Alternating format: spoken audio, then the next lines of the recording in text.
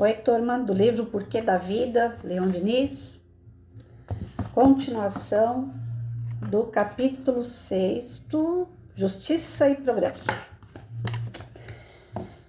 Aqui é a página 31, a continuação. E além disso, não estaria o nosso passado preso de maneira íntima ao passado dos outros? O que vocês acham? Vocês acham que a gente tem a ver com as pessoas que estão em nossa volta? Ou são pessoas que apareceram agora na vida de vocês? Já repararam que tem pessoas que a gente quer estar bem pertinho e que quer estar pertinho da gente? E tem pessoas que não querem ficar perto da gente de jeito nenhum? Então, por que será? Quando você abraça, tem 2 filhos, vamos dar a experiência de 2 filhos. Quando você abraça um filho, é a mesma forma que você abraça o segundo filho?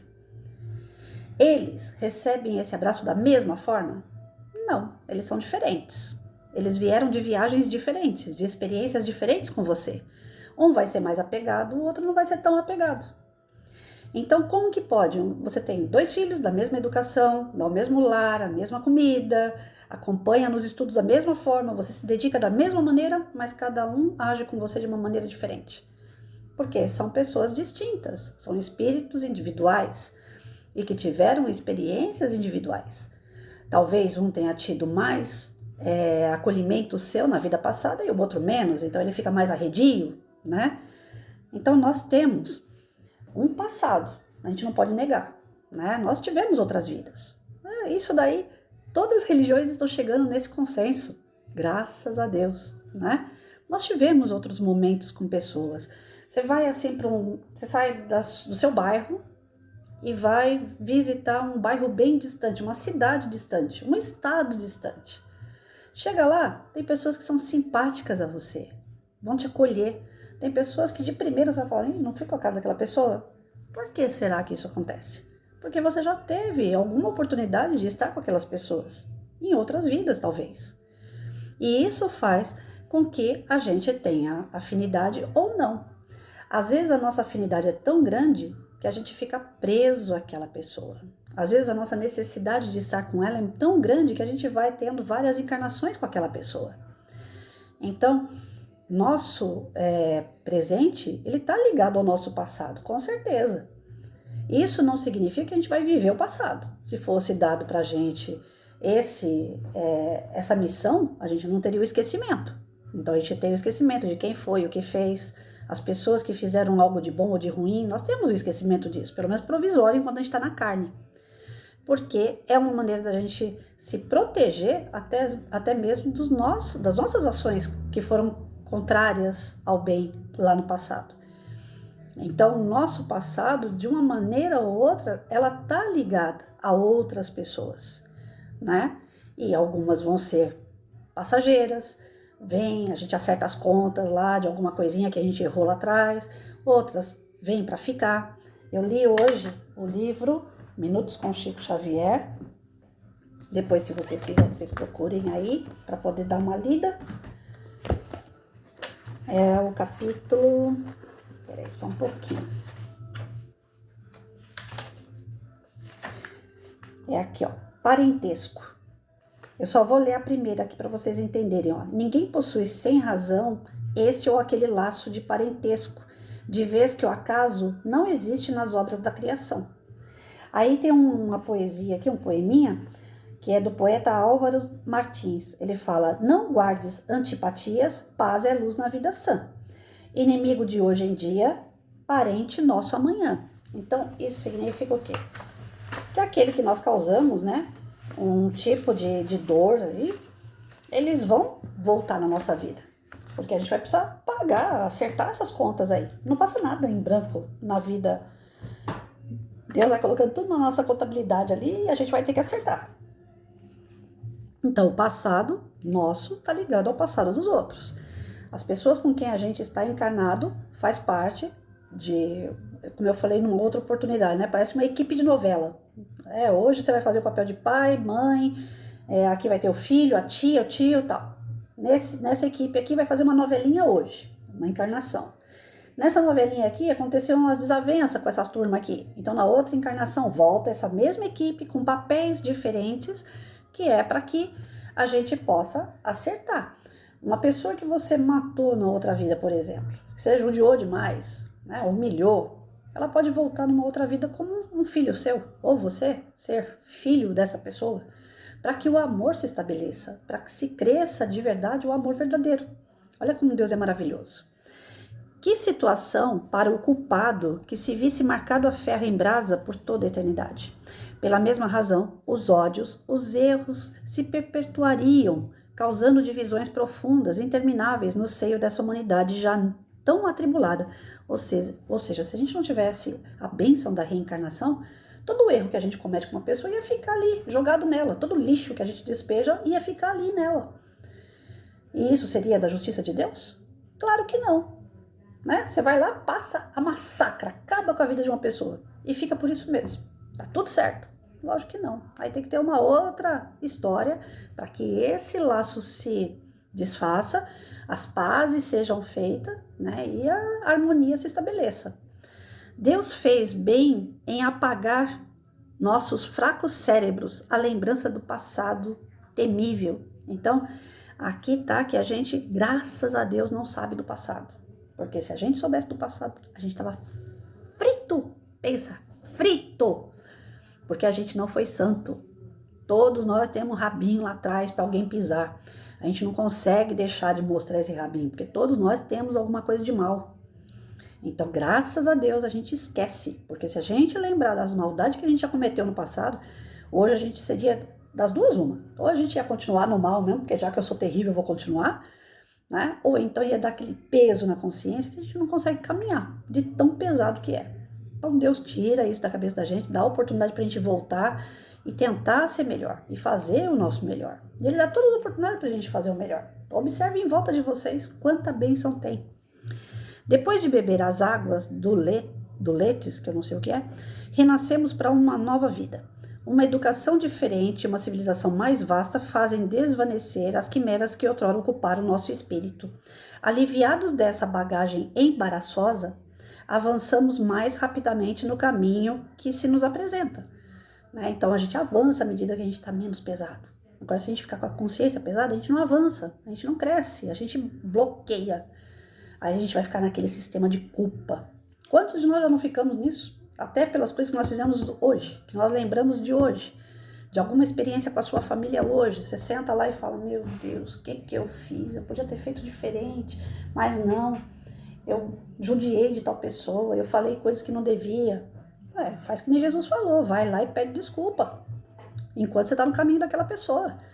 É fácil pedir desculpa? O nosso orgulho bate, né? Fala, ele fez tanta coisa comigo e eu ainda vou ter que pedir desculpa para ele? Vai saber por que aquela pessoa fez isso com você.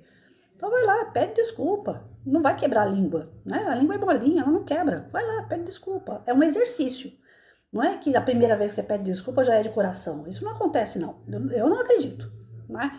Mas quando você começa a pedir perdão, exercitando esse sentimento, eu acredito muito naquele ditado, água mole em pedra dura, tanto bate até que fura. Então você vai lá pedindo perdão, né? Na primeira vez você pede, tá meio engasgado ainda, né? Desculpa, eu não queria ter falado aquilo, eu não queria ter feito isso, né? Eu tenho esse problema com meu filho, o tempo todo eu tô lá, batendo na porta dele, Rafael, me desculpa.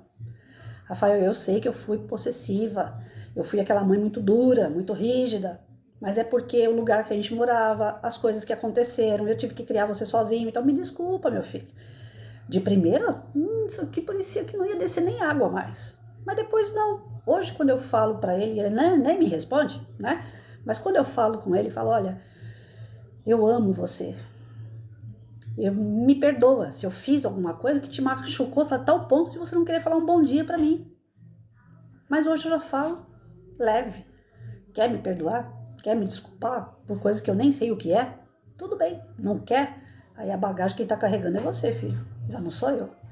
Né? Então, dói, machuca, você não ter um contato com o filho? Lógico que dói. Ele tá me matando a unha. Mas se eu mereço, eu vou ter que passar por isso. Né? Eu fiquei sábado e domingo travada aqui dentro de casa. Ainda não tô legal, da coluna. Eu não tinha ninguém para pegar alguma coisa para mim na cozinha. Eu fiquei apavorada de tomar um remédio que eu tomo aqui, o Musculari, ele me derruba. Ontem o médico falou assim, você é doida, Só pode tomar de noite. Eu falei, não, mas com a dor que eu tava, eu tomo a cada 6 horas e ele realmente derruba. Mas tira também a dor, que é uma beleza. Não tô aqui pra passar receita não, hein, pelo amor de Deus. Eu já tô falando que o negócio é bravo. Então não vai tomar não. Mas aí eu tomando do remédio, mole, e falei, meu Deus, e se eu for na cozinha e desmaiar? Não tinha ninguém pra pegar um copo d'água pra mim, né? E ao passo que eu poderia falar, vem ficar aqui comigo, pelo menos pra poder passar esses dias que eu tô ruim, né? Mas não, falei, não, eu vou passar sozinha, não tem problema, não quer falar comigo, não fala. Aí a bagagem já é dele, já não é minha. Eu tô me livrando, de pouquinho em pouquinho, ó, me desculpa, me perdoa, hoje eu vi tal coisa, eu acho que nisso aqui eu pequei, então me desculpa. Conforme eu vou estudando, eu vou achando algumas falhas que eu tive enquanto mãe, ó, me desculpa, né? Agora, para outras pessoas, eu acabei de falar no outro vídeo, Palavras de Vida Eterna, né? Tem algumas pessoas que eu não consigo falar desculpa, não dá. Me mataram na minha profissão, tentaram jogar terra em cima da minha profissão. Então eu tenho ainda ali muita mágoa, eu tenho. Porque eu fiquei doente dentro da escola, né? Foi ali que eu abri as portas para eu ficar doente. Porque eu fui pegando tudo que é lixo dos outros para mim. Eu deixei, eu permiti. Então hoje eu pago um preço alto. Mas a gente tem a oportunidade sempre de ir limpando esse lixo, né? Hoje eu tô aposentada, não cruzo mais com essas pessoas, pelo menos nessa encarnação. Creio eu que não vou mais cruzar, né? Mas uma próxima, com certeza, eu vou ter que cruzar de novo. E vai ter que se estabelecer a paz. Isso é fato, né? Entretanto, esse passado não está de tal forma apagado que deixamos de entrever-lhe alguns vestígios. Ou seja, toda vez que a gente pega algum laço aí, seja de amor ou de desamor, esses laços eles vão retornar na nossa vida. Mais dia, menos dia. Eles podem ficar provisoriamente no cantinho deles, mas eles vão cruzar com a gente. Em algum momento a gente vai ter que fazer, que nem eu acabei de falar, né? Estabelecer aí uma tranquilidade, uma paz. Se desprendendo-nos das influências exteriores, descermos ao fundo do nosso ser, se analisarmos escrupulosamente os nossos gostos, as nossas aspirações, descobriremos coisas que coisa alguma em nossa existência atual ou mesmo na educação recebida pode explicar. Vamos lá. Tem um garotinho aí que tá tocando piano na internet com 1 ano e pouquinho. Alguém me explica como é que isso acontece? É de outra vida, né? Ele nunca passou por uma escola, ele não sabe nem falar, mas ele sabe tocar piano. Então, a gente sabe que, independente da educação dessa criança ou do meio onde ele está, ele vai aflorar com aquelas coisas que já é do espírito dele, né? Partindo daí, chegaremos a reconstituir esse passado, se não em pormenores ou ao menos em seu conjunto. Então, sabendo dessa questão da criança, 1 ano e meio tocando piano, o que ele está fazendo ali já vai dar para ter uma ideia de como foi o passado dele. Mas ninguém precisa entrar lá naquele passado. É só para ter uma ideia, para ser respeitado, né? Uma criança como essa, não adianta querer tratar ela como uma outra criança que brinca com boneca ou joga bola. Não. Ele tem um conhecimento maior, ele vai ter que ser trabalhado esse conhecimento dele, para ele realmente desenvolver todas as potencialidades, né? As faltas que acarretam nessa vida uma expiação necessária, embora estejam momentaneamente apagadas da nossa recordação, não deixam por isso de substituir ao menos em sua causa primordial, isto é, em nossas paixões e em nosso caráter fogoso, que devem ser domados e corrigidos em novas encarnações. Então, tudo que a gente está fazendo agora vai ter que ser corrigido, vai ter que ser melhorado numa outra encarnação. Isso faz parte da justiça de Deus, né? Assim, pois, se deixamos sobre os vestíbulos da vida as mais perigosas lembranças, trazemos, entretanto, os frutos e as consequências dos trabalhos realizados. Nós trazemos aí frutos e consequências dos trabalhos realizados, tal como nós mesmos o formamos. As ideias inatas não são mais que a herança intelectual e moral que vem das vidas passadas. Então, foi o que eu acabei de falar. O garotinho que toca piano é uma lembrança que ele traz da vida passada. Ele não aprendeu nada nessa vida, como é que ele sabe tocar piano? Todas as vezes que se abrem para nós as portas da morte e quando libertos do jugo material, a nossa alma desprende-se da sua prisão de carne para entrar no mundo dos espíritos. Então, o passado lhe reaparece completamente. Então, vejam bem. Enquanto a gente está na carne, a gente tem um limite para saber do passado. Né? Não é dado saber tudo, porque senão a gente fica doido, acaba se culpando demais, porque a gente tem um monte de erro no passado, com certeza. Mas quando a gente se liberta do corpo, aí passa. Eu cansei de ver isso em palestra, né? Os palestrantes falando. Passa como se fosse uma TV na tua frente, uma tela mental, mostrando tudo o que você fez em todas as encarnações. Já pensou? Quando você desencarna, porque ali você vai ter todo o amparato, né, dos amigos espirituais para que você possa ser socorrido caso você receba um choque. Mas, de repente, nessa tela mental, você começa a lembrar também as coisas boas que você fez, as pessoas boas que cruzaram o seu caminho. E na tela mental também vai aparecer pessoas que, enquanto você está desencarnando, ela está lá embaixo, né, na Terra, orando por você, querendo o teu melhor. Né? O André Luiz, ele quando chegou no umbral, ele só foi socorrido porque uma paciente dele, que ele menosprezava, ele atendia, mas não tinha muita vontade de atender aquela paciente, mas ela, quando ela se sentia um pouquinho melhor, então ela ia orando por aquele médico, o André Luiz.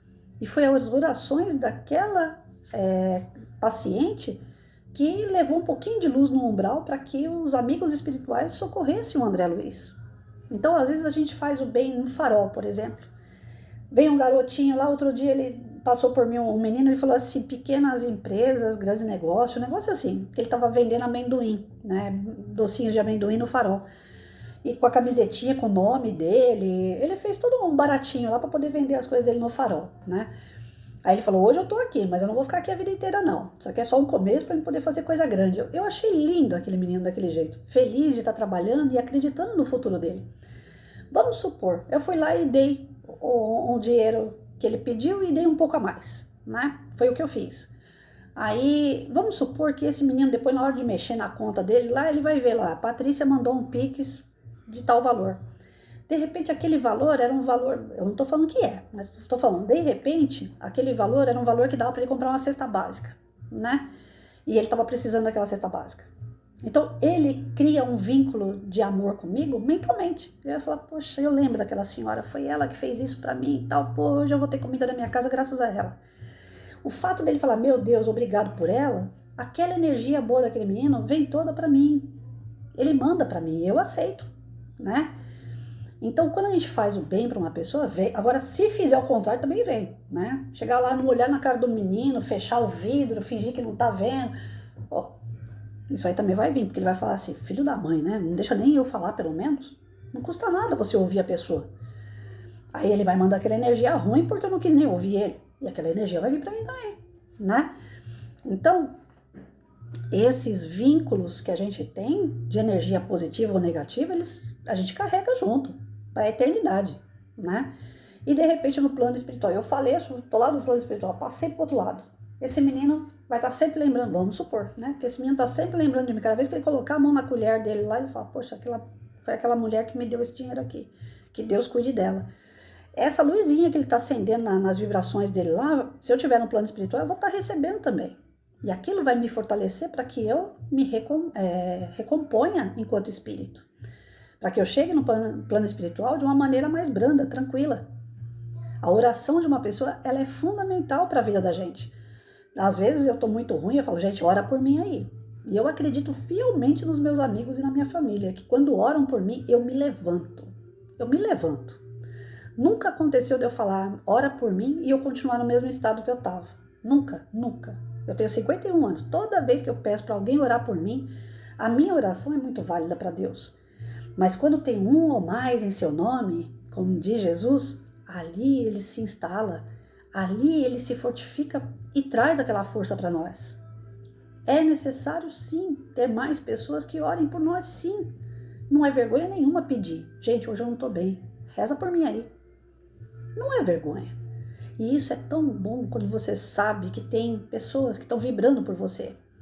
Né? Eu deixo de mandar mensagem pelo WhatsApp às vezes, né? É muito raro. Mas se eu deixo de mandar mensagem, logo já tem um lá. O que está acontecendo? Por que você não mandou a mensagem de bom dia? Que hora que você acordou? Tá tudo bem? Essas mensagens para mim é fundamental. Porque eu sinto a energia da preocupação da pessoa comigo. E isso me deixa tão feliz. Poxa, eu faço a diferença. Aquela pessoa sentiu minha falta. Olha que bom, né? Então a gente, quando chega do outro lado, a gente sente tudo isso ainda em grau maior, porque nós vamos estar sem o corpo. O corpo perturba a gente, não deixa as coisas boas chegar. Tem que vir com muita intensidade para que a gente sinta. Porque o corpo é denso, é duro, é uma carcaça que a gente tem aqui, pesada. Mas quando a gente se livra dessa carcaça, é tão bom, né? A gente se sente leve. Aí qualquer pensamento de uma pessoa em nosso favor, a gente sente aquele pensamento, a gente se liga àquele pensamento. Faça um teste em casa, né? Quando vocês começarem a pensar muito no ente querido que partiu, que está no plano espiritual, perceba, vocês acabam sonhando com aquela pessoa, o encontro acaba acontecendo, porque é uma maneira que você tem de chamar aquela pessoa, eu tô com saudade, aparece, eu quero te ver. E se for permitida, a espiritualidade traz essa pessoa para você.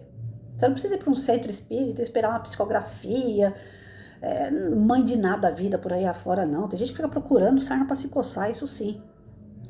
Não precisa nada disso. É natural, a comunicação sempre vem de cima para baixo. Não adianta, o telefone não toca daqui para lá, é de lá para cá. Mas você pode pedir esse telefonema.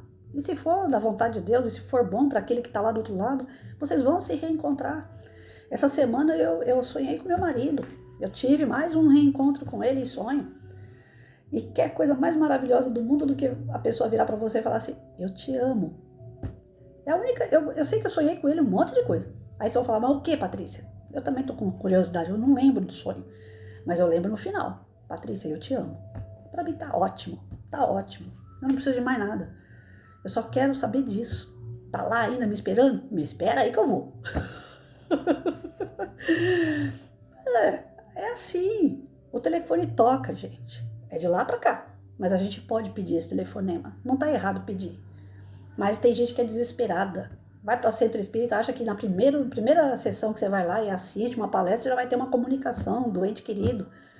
Ou então fica procurando essas mães de nada da vida aí. Fala pra mim como é que tá. Povo, pra dar golpe, tem de tudo que é tipo. Eu não acredito em psicografia assim dessa forma. Porque os bons espíritos não agem em lugares onde rola dinheiro. Já começa por aí. Não agem. Isso é certo. Para você fazer a real caridade, é grátis. Não tem essa de pagar, não. Então é isso. Eu vou parar por aqui para a gente poder internalizar a mensagem de hoje, que é, nós tivemos outras vidas, não é dado para a gente saber o que aconteceu no passado, muitas das vezes, porque isso pode atrapalhar a nossa atual encarnação. A gente não sabe o que fez lá no passado. Todo e qualquer pensamento, a gente se liga a outra pessoa pelo pensamento, né? Seja pensamento bom ou ruim, a gente se liga. Não importa tempo e espaço, essas pessoas vão, às vezes, se reencontrar com a gente, né?